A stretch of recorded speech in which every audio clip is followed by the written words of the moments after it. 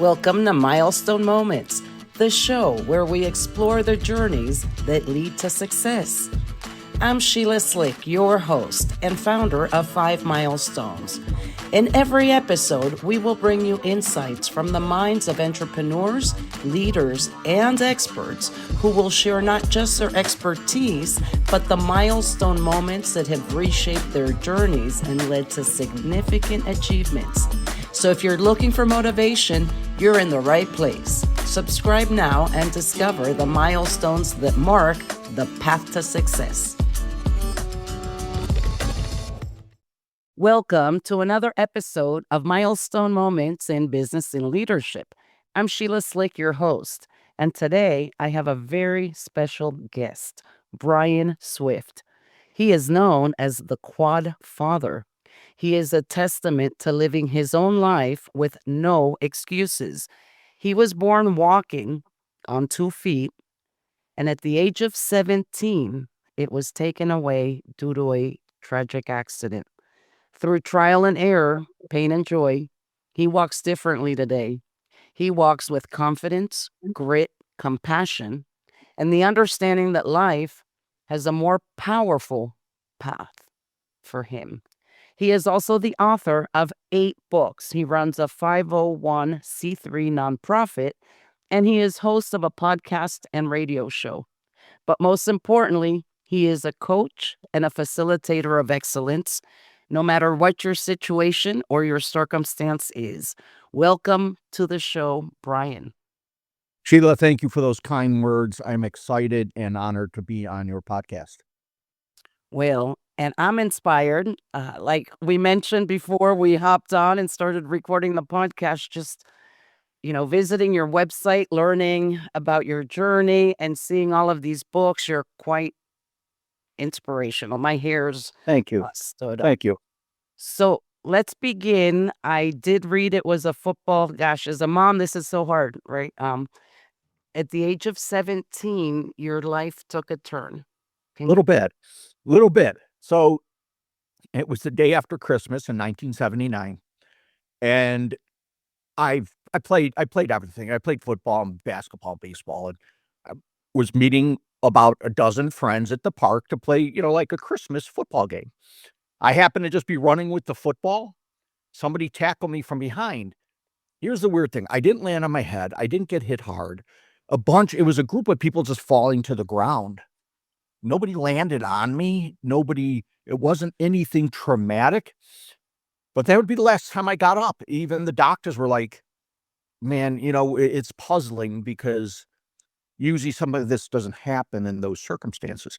Why it happened, I don't know. I never really thought, believe it or not, I was so blessed, and my mom was very faith and is faith driven with like, we don't know why things happen. You just got to keep moving forward. And I never worried about the why, because that doesn't solve anything. Why will never take anything to make my life better. If I find out the why, which most of us don't find out the why things happen. So I learned how to move on and just let it be. This is the way it was going to be. Now, how good could I make it? So that's how it all started. I'm just taking it in because, like I said, as a mom, and my husband, has been a football player. He was a football player his entire high school. My son was in the team, and with a sport like football, there's so much positive, right? You have the coach. It offers Great life lessons you don't learn in a classroom, life lessons you don't learn a lot of places. You learn so much, whether it be, I don't care if it's on a basketball court, a baseball field, a football field, track and field, swimming. You learn things about yourself that you don't learn in school. And it's such same thing. I'm a father, and I have 2 boys and a girl, and it came that time they wanted to play football. That was a toughie. But you know what? I put my faith in the good Lord's hands and said, you know what? If somebody's going to get hurt, they're going to get hurt riding a bike, on a skateboard, doing something silly. It's kind of out of our control. I wasn't doing anything wrong, anything silly when it happened. I put my faith in the good Lord's hands, and my sons all played through grammar school and high school and, never had anything serious. Well, that's a very strong mindset, right? Because you're having to overcome that Oh, yeah. and, I don't know, maybe have that fear that Absolutely. uh so you're a very strong man. And at the age of 17, how do you cope with that? How do you move forward when something like that happens? And I haven't gotten into your present age, right? I'm still just thinking of a 17-year-old. Yeah. I had great friends and family, and I have very old school parents, and my dad was tough love, and it was like, "You're not gonna leave the so I got my neck fused and spent a week in the hospital going through an operation and had the halo put on, and then I went to what is now the Shirley Ryan Ability Lab, which is, back then was called, RIC, Rehabilitation Institute of Chicago, which is one of the top spinal cord injury rehabilitation facilities in the country, along with a handful of other ones, and in 1979 my life based on their statistics read like a Stephen King novel. Like, it's 1979, you're a quad. Don't forget, 79, we didn't have social media, we didn't have computers, we didn't have it was like, this is they basically opened a book and said, "Yeah, okay, you're a C6, you probably won't be able to drive." Going to school back then, there was no online, there was I mean, my life was like, you're not this is what usually happens. You try to get an education, but try to do this, but this is the chances. Try to, and I had this list of like the way my life was going to be. And internally, my dad said, no, it's not going to be that way. And he lived that with like, well, we got to get you measured for an electric wheelchair. No, he's not going in an electric wheelchair. He's going to push himself. I mean, I think they were realistic with, I'd love for I'm sure he'd love for me to have walked out, but it's like, no, I'm not bringing an electric wheelchair home, so learn to push it. And, my mom was 100% like, just keep looking forward. Don't worry about the statistics. Don't worry about what people say. Your life will be as great as you could dream it to be, even from a wheelchair. And I followed that. And it has. If we move forward, right? Look at everything And accomplished. You're married, you've had children who are now adults. You are making a difference, which I want to learn more about your books. And then the pivotal moment that you chose to make a difference and to start this nonprofit. So tell us a little bit about both. sure, you know what? There is no one moment. It is a lot of little decisions. We've all been granted the ability to make choices, and it's probably one of the biggest gifts we've been given is the ability to choose. And I was just blessed with the guidance of my parents and my friends to choose to not to be a victim, to choose not to worry about statistics, to choose not to be what my life said it was supposed to be in a historical statistical book. And I mean, just to give you an idea, after 4 months, I got out of the rehab on a Friday. I went back to school on Monday, being picked up by a bus, back to high school so I could finish my high school year and graduate. There like, there was no waiting around. There was no time to feel bad. There was no time for, "Oh, woe is me." My parents just wouldn't allow that. There was no sitting in my bedroom.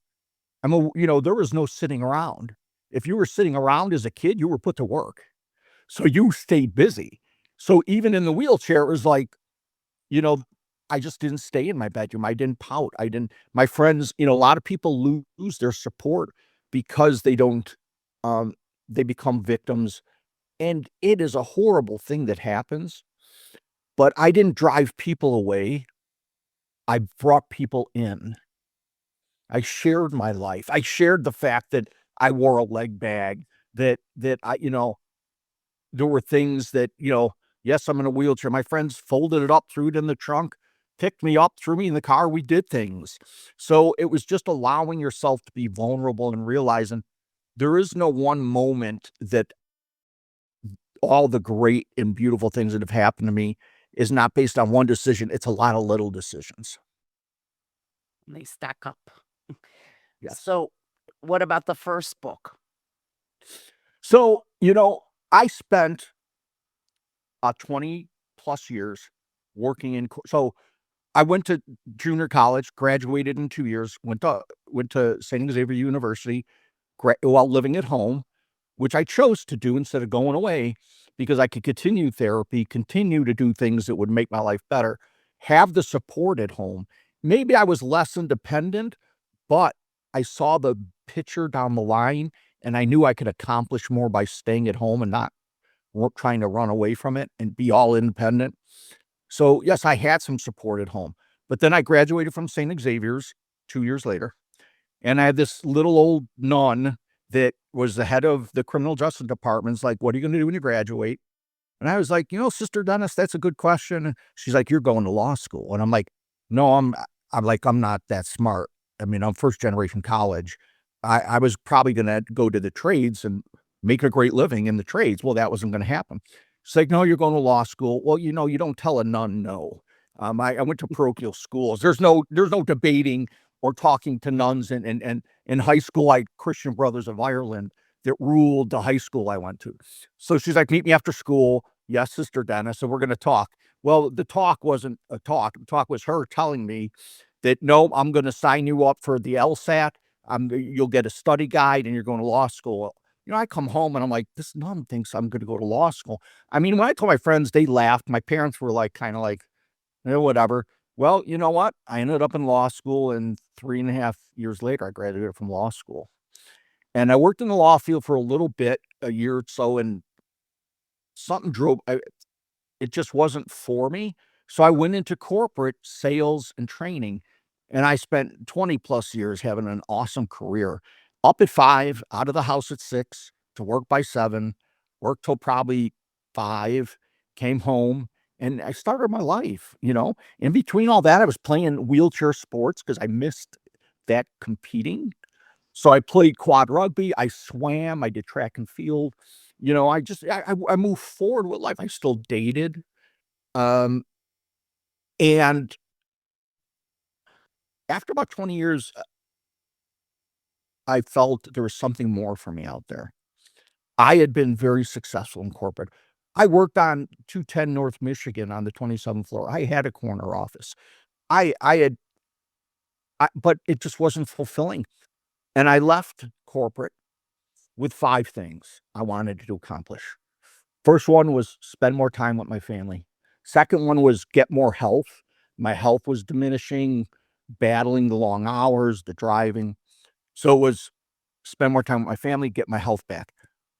I wanted to become a professional or a uh, more of a certified coach and speaker, always because I was always speaking in groups, speaking at conferences. So that was the third thing. I wanted to write a book, one book, and I wanted to start a nonprofit. And within 2 years, I had gotten my health back, spent tons of time over the next 10 years with my parents and my family, um, became certified John Maxwell coach and speaker, wrote my first book called Up, Getting Up is the Key to Life, and we started a nonprofit, a 501(c)(3) nonprofit called Swift Outdoor Accessible Recreation. So, first book, kind of it is a bit of an autobiography of my story, and there's a lot in there that would take us too long to go through, like, you know, working with corporate and the way they viewed people with disabilities, um, going through infertility, a lot of trials and tribulations out there. So my book was kind of I I'm sharing this not to shine the light on me, but to open your eyes and shine light on you that my life was supposed to be this, but I chose for it to be something different. I got married. I mean, I've been married 35 years. How many people are married 35 years without or with a disability? We've adopted 3 kids. And I don't say that because I don't say I've got 3 adopted kids. I've got 3 kids that we adopted as babies that I could not be any more proud of and blessed to have. And we've been through a lot of trials and tribulations, but through our faith and communication and understanding, uh, we've made it work, and I've been blessed to do the things I do. and inspiring many and helping many, including you do coaching and you do leadership coaching. Tell us a little bit about what the nonprofit does. So it's called SOAR. That's the acronym, Swift Outdoor Accessible Recreation. Part of what helped me deal with my injury and life was getting back out doing the things I loved, which was fishing, hunting, going on long rides, which now I couldn't get on a bike. I couldn't, but I could push the wheelchair. And I got to a point where I could do 5K marathons. I could do 5K, 10K marathons. Getting out with the kids. And I got into coaching then, coaching football, coaching basketball. I loved athletics still.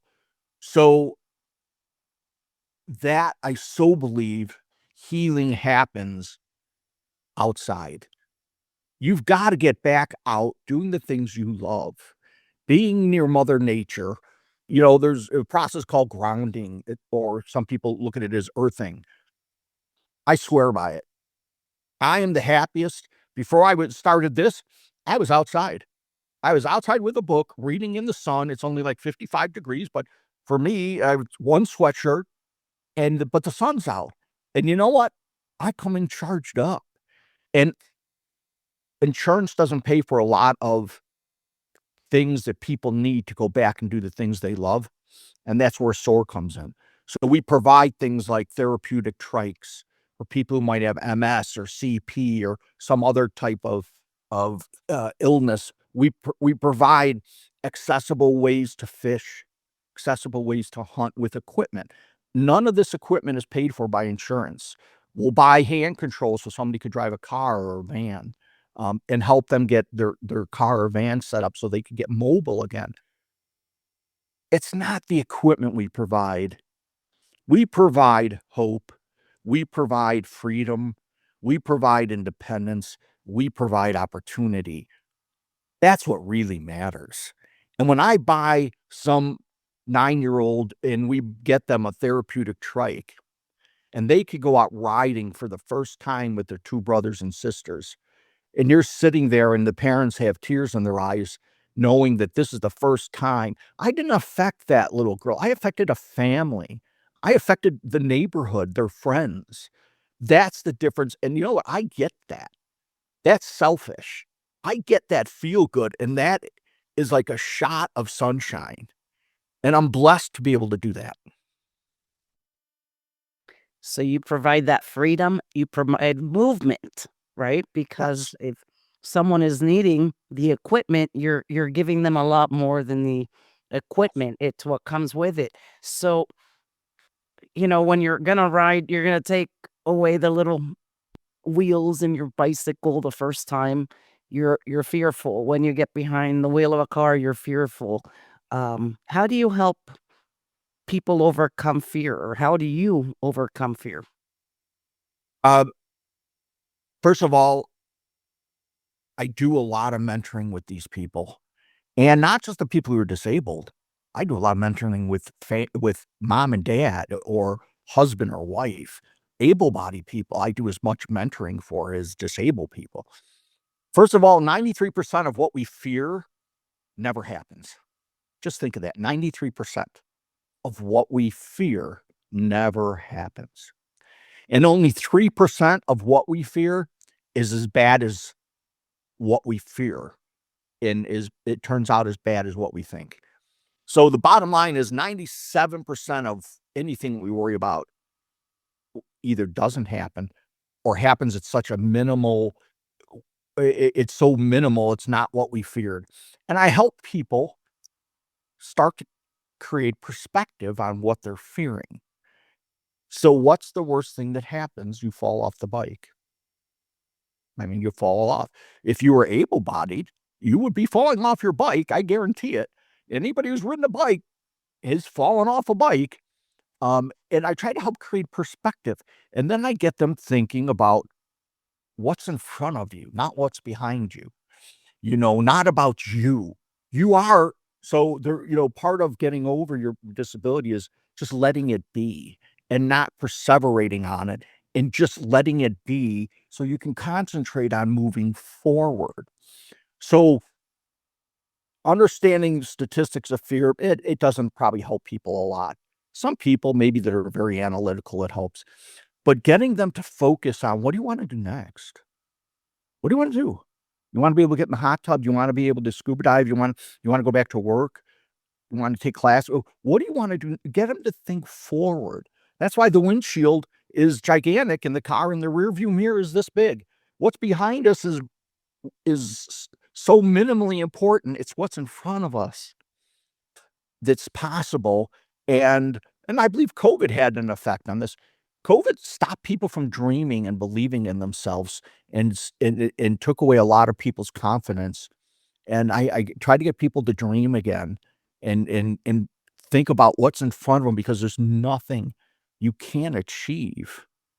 I mean, I may never walk again. I don't know. Maybe one day I will. I don't worry about that because I got like 10 things I got to focus on. My next book, something with the kids, celebrating something with the family. My plan is, what are your hobbies? What do you like to do? Do you want I do a lot of woodworking. What's your hobbies? What did you do before? Let's figure out how to do it again. So my other question when we were talking about the fear, and I thought, "Oh, he may even answer that." We also use the words, "I can't," or we don't believe that we are able to do that to move forward, right? Because one thing is to say, "Look forward," or "Move forward," but then Exactly. we've got those limiting beliefs sometimes. How would So you help someone overcome that limiting belief? so I talk quite a bit when I'm speaking, whether that be a keynote speech or somebody's asked me to talk to their sales team about self-limiting beliefs. They do you realize how many people never get started living their life because of fear? And it's all because and now you could be a victim and say, "You know what? I had a horrible childhood." Yeah, maybe you did, but that was your childhood. And yes, your parents, weren't able to give you the car you wanted, the big computer, a nice phone, whatever it is. So I start to plant stories and explain this. First of all, why do people who have been given everything, love, support, independence, financial wealth, they've got technology. Why do so many people who've been given it all fail? They begin every resource. They've got it all. They've got all the resources to succeed. Why don't they? Why is it the guy who doesn't have the love, doesn't have the support, doesn't have the money, doesn't have the technology? Why do so many of those people succeed? They don't have the resources.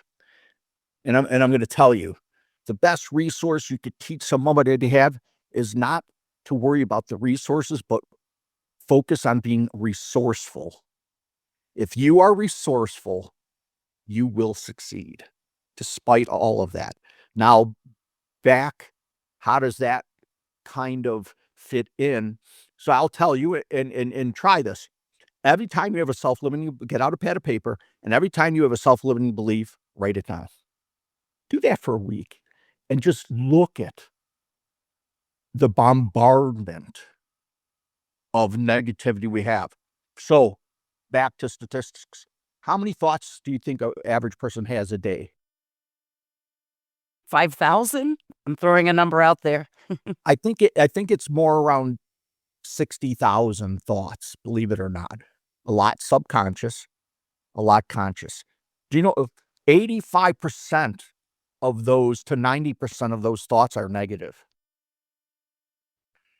If we are telling ourselves 45,000 times subconsciously or consciously negative thoughts, no wonder any of us have the ability to even smile.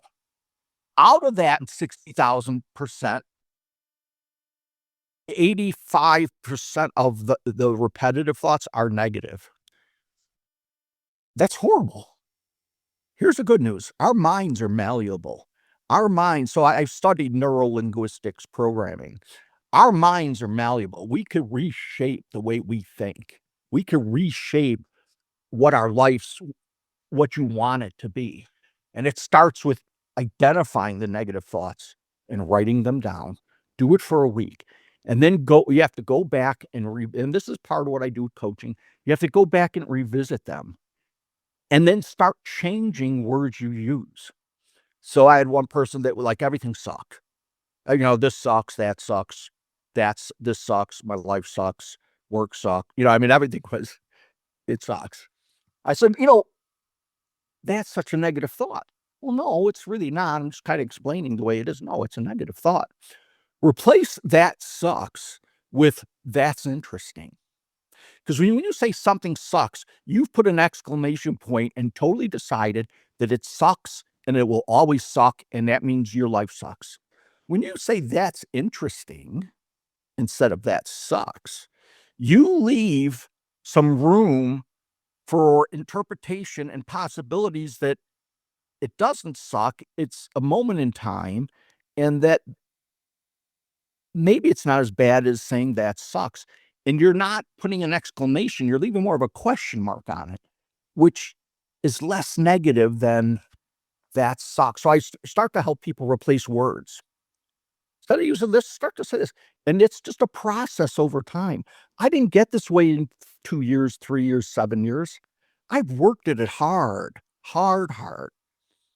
So that's the path that I start with, helping people get rid of that limiting beliefs, that self-doubt, that lack of confidence. And we just build. It's one step at a time, but I help them reprogram their mind and help them move forward in a way better. Life is too short to get up and think it sucks every day. So So, who do you serve? Are they children? Are they adults? What does that look like?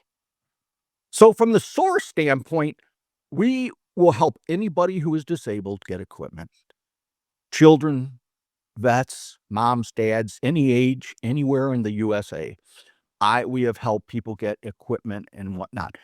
In terms of who I help from a coaching standpoint, it's usually not children because they don't understand the concepts.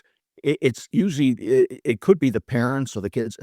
It could be, um, and a lot of times it is the parents of kids who are going through it, to help them understand um, the mindset and their, what's possible, because they don't see it either. And I probably spend 40% of my time coaching people with no disabilities, because here's my opinion is, it's worse to be mentally disabled, to be mentally paralyzed than physically paralyzed. And I help people, able-bodied, I don't care if you're a president, vice president, all the way down to, the janitor. I help them become mentally unparalyzed. So, it sounds like you serve individuals. You're not after Yes. teams and corporations. You're serving individuals in different stages of life. Yes, but I do get asked to speak to teams.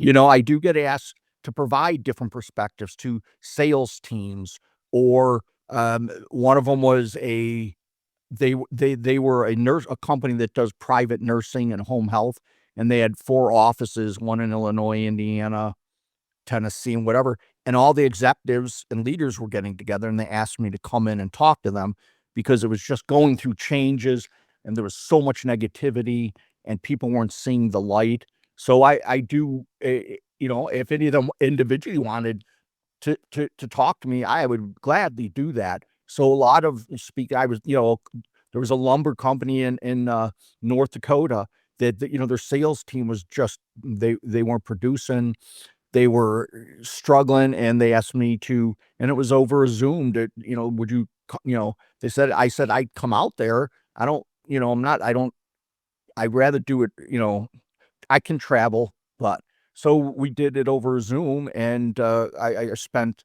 3, well, I should say 2 half days, kind of getting them to rethink about what they're doing and their possibilities, and admit that maybe what they're doing isn't working, and they're getting in their own way more than what they're feeling, like the market sucks. People don't wanna buy. There's too much competition. Those are all limiting beliefs. Then maybe the market sucks, but you know what? Somebody's going to go out there, they're going to make $1 million. Why not you? Well, no, I asked because you're a lawyer, so you've got a lot of skill sets all going on.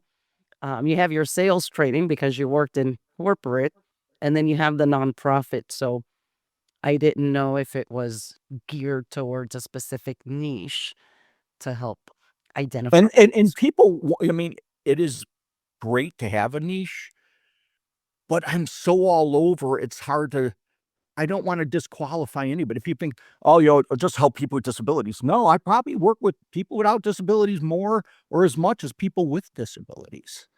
So, because you don't have to be in a wheelchair to be disabled. I know a lot of people walking around that are mentally paralyzed that I wouldn't trade seats with.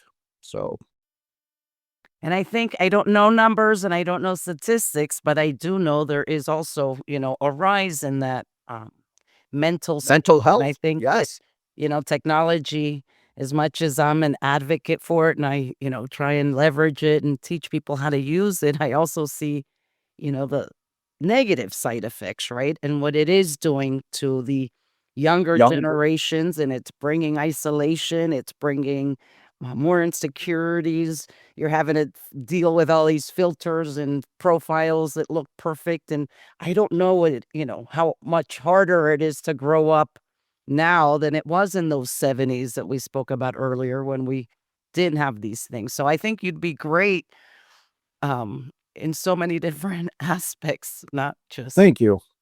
um And I agree with you. Um, any technology we have is great, but once it goes unsupervised, and I see it. I see, at coaching, I see parents hand their 5-year-old when they're being annoying, their $1,000 telephone to behave. No, how about turning around and telling your child, "Don't interrupt mom, have a seat, and wait till I'm done." Parenting is stopped.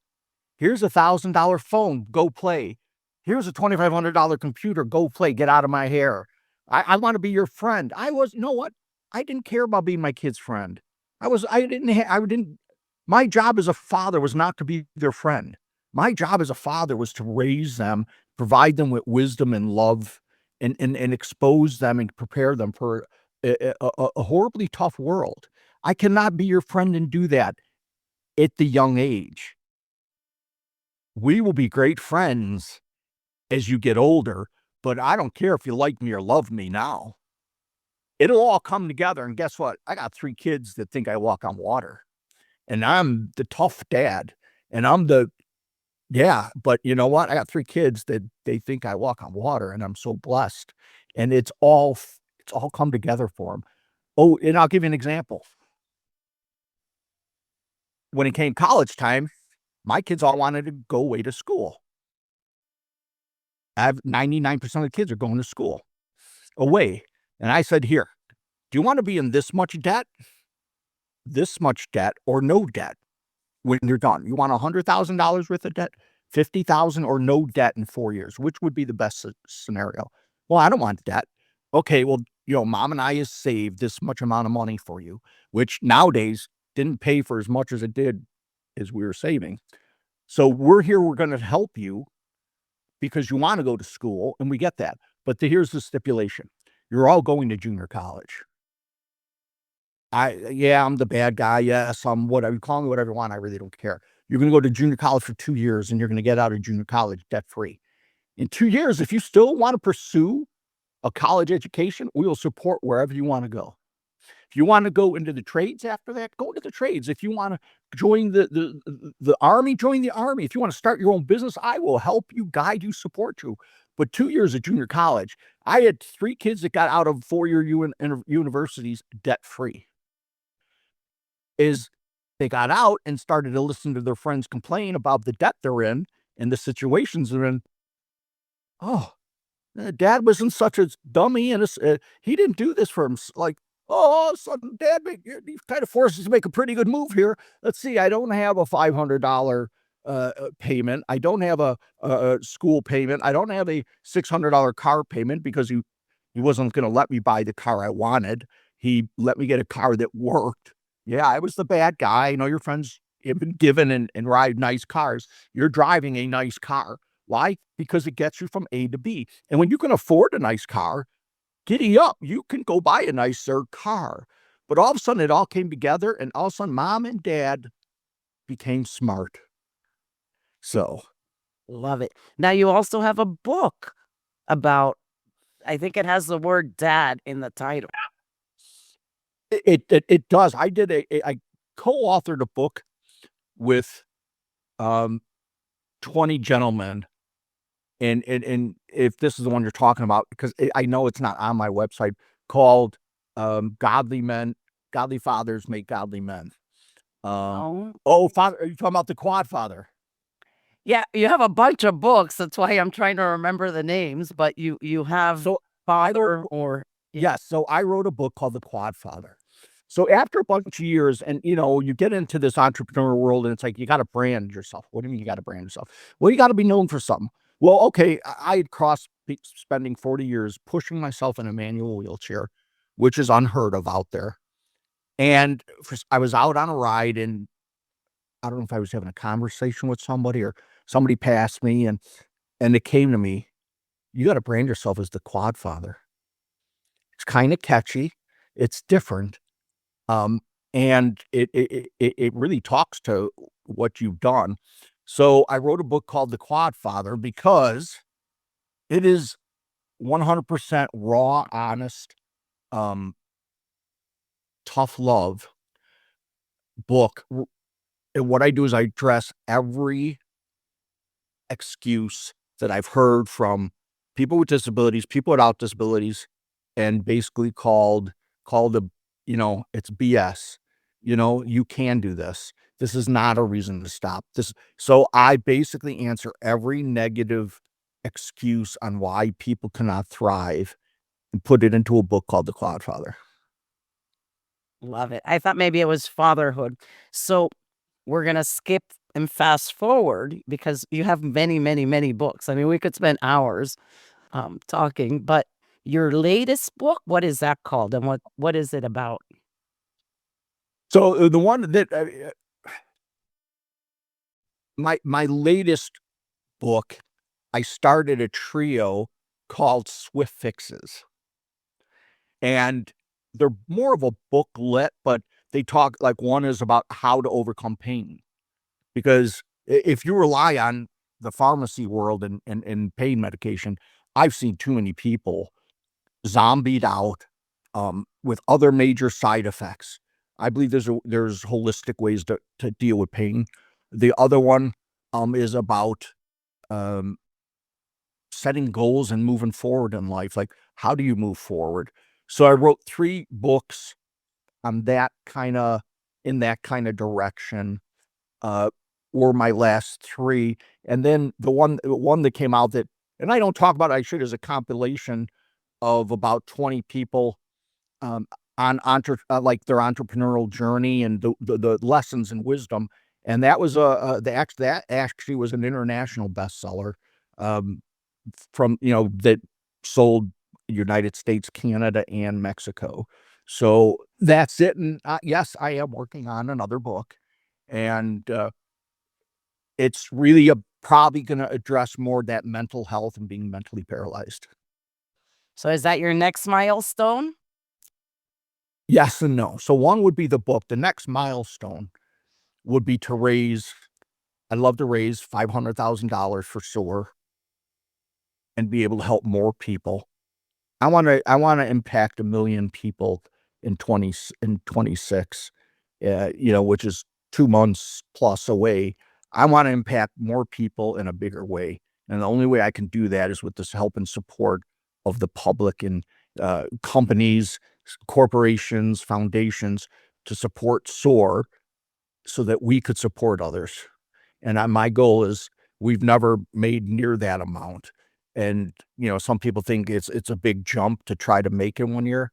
I'm like, well, you've if your goals do not scare you, then they're not lofty enough. Your goals should be slightly frightening. That would be that's frightening to think, what, because I don't like failing, but I don't fail often. because of a course I teach called Sometimes You Win, Sometimes You Learn. Because you don't fail if you learn. As long as you're learning, it's not a failure, it's a lesson.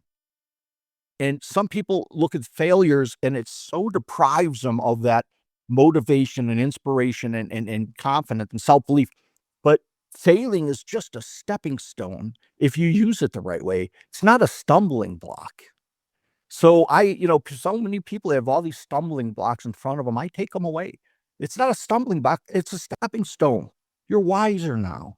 You've learned lessons. It's not a failure. Sometimes you win, sometimes you learn.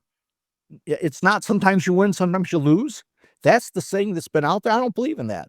I believe sometimes you win, sometimes you learn. If you're learning, you're not losing. Oh, love it. Mine is you can't fail if you don't try.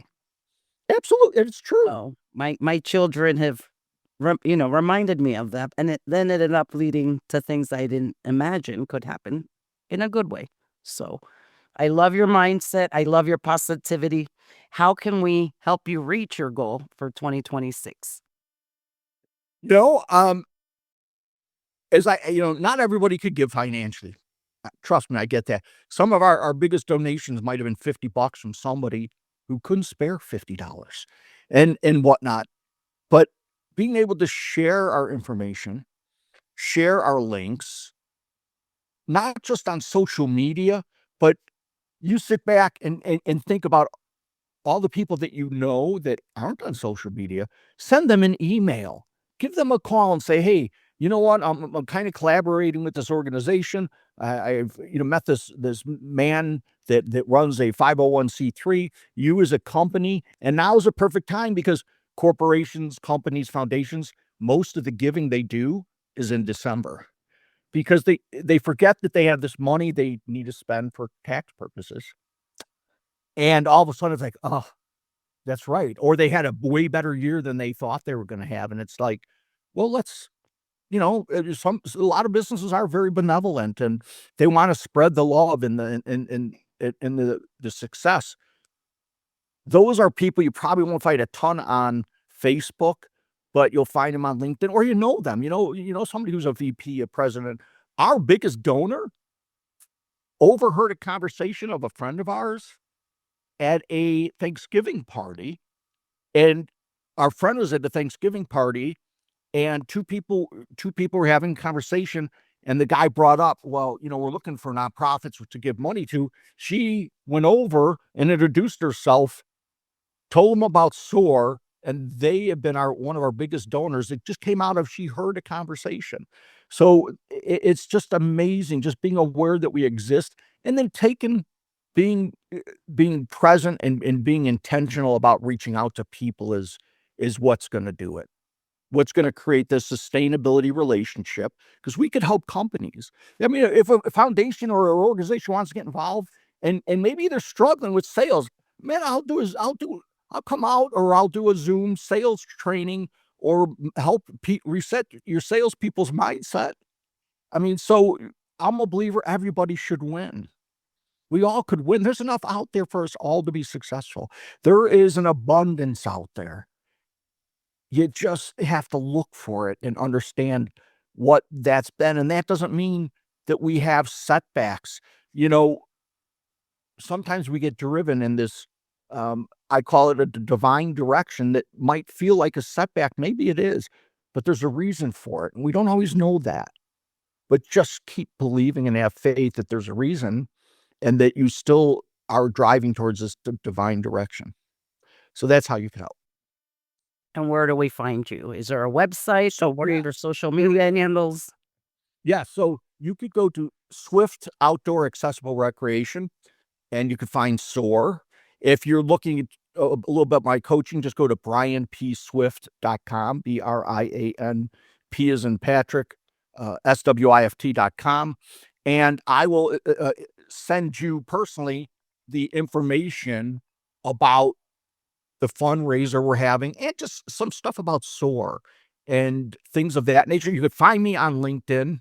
On LinkedIn, I'm out there under Brian P. Swift. You can find me on Facebook, both Brian Swift and SOAR. And then on And other SOAR is SOAR.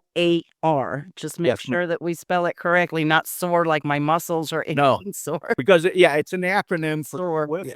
Outdoor Accessible Recreation. And then you could find me on Instagram under _quadfather. And then I started my second podcast, which is Soar. It's Soar, driven by the Quadfather. Uh, Great conversations, just like we had now. A lot of inspiration, a lot of wisdom that I just like to share with people. Oh, well, thank you so much for joining me today. I will make sure to put all of those links in the description so that we can help you reach that goal. Thank you so much. I love what you do. I love the name of your podcast. Just keep doing it. That is your divine direction, and it's going to bring you to great places. Oh, well, thank you. And thank you all for tuning in to another episode of Milestone Moments in Business and Leadership. Until next time.